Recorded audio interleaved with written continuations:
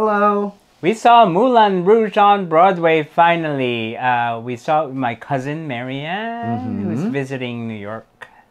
It started previews on June 28th of 2019, and the official opening followed on July 25th. There's an important day right before that, but we'll get to that later.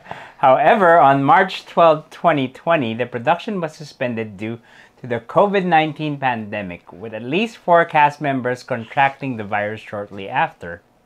This is one of the few Broadway shows that survived through the pandemic.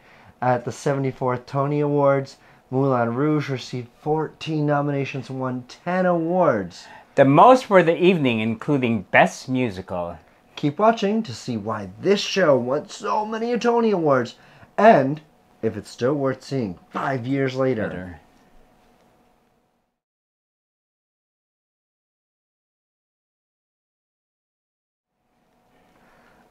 Alright, let's talk about the history of Moulin Rouge! As you probably know, Moulin Rouge the musical is a jukebox musical with a book by John Logan. The musical is based on the 2001 film Moulin Rouge, directed by Baz Luhrmann and written by Luhrmann and Craig Pearce. It opened on Broadway at the Al Hirschfeld Theater, officially opening on July 25th. The plot. In case you don't know, Moulin Rouge is set in Montmartre quarter of Paris, France, during the Belle Epoque at the turn of the 20th century.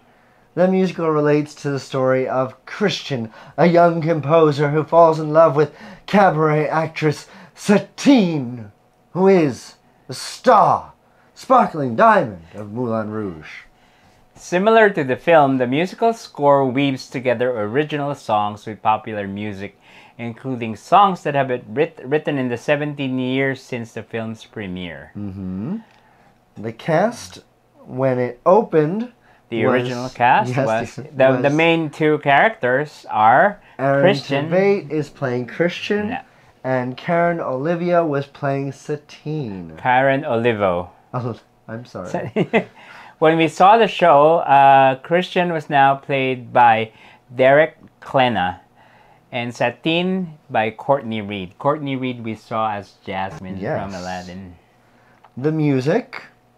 Some songs have been updated. This list now includes Bad Romance, Toxic, Royals, We Are Young, Single Ladies, and more.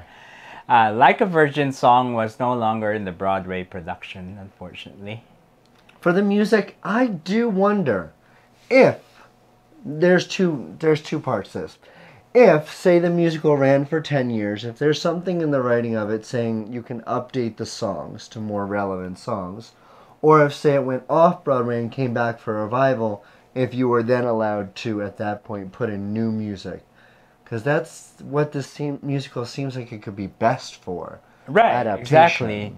Yeah, exactly. You change the music that will attract younger audience. Especially a decade could change. This was 17 years in the making, at least the Broadway production from the movie. Part of me would want to see a fully Broadway version of this where they just use Broadway songs from other musicals. Just for fun. Just for fun. I don't know. That's a lot of copyright issues. I know. It would have to be for charity or something. Moving on. Let's talk about a little more of the differences between the movie and the Broadway show. In the Broadway show, Satine comes off as a much more empowered figure than she did in the movie. Also, she was working as a sex worker, so it's not demeaning, you know. It wasn't portrayed as something demeaning. She's a little bit closer in the stage show to being in control as Harold Ziegler and a little bit more powerful. Right. They've also removed or changed or edited Spectacular Spectacular. It's no longer a Bollywood-style extravaganza.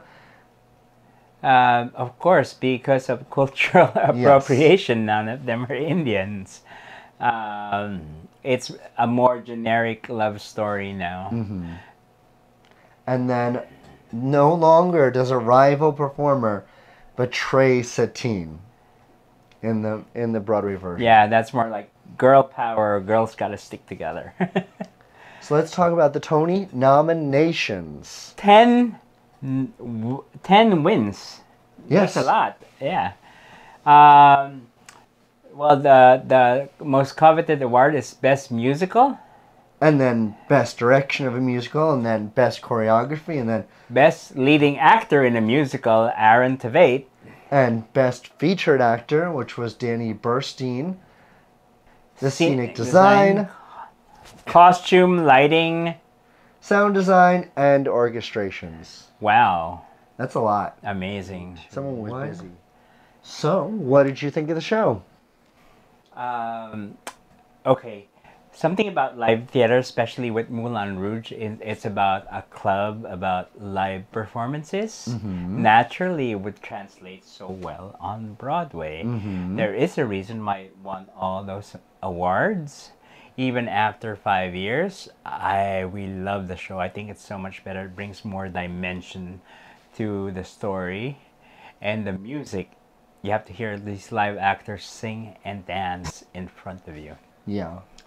This worked very well as a stage musical. I can't wait to see it evolve even more because I know it's got the capability to do so.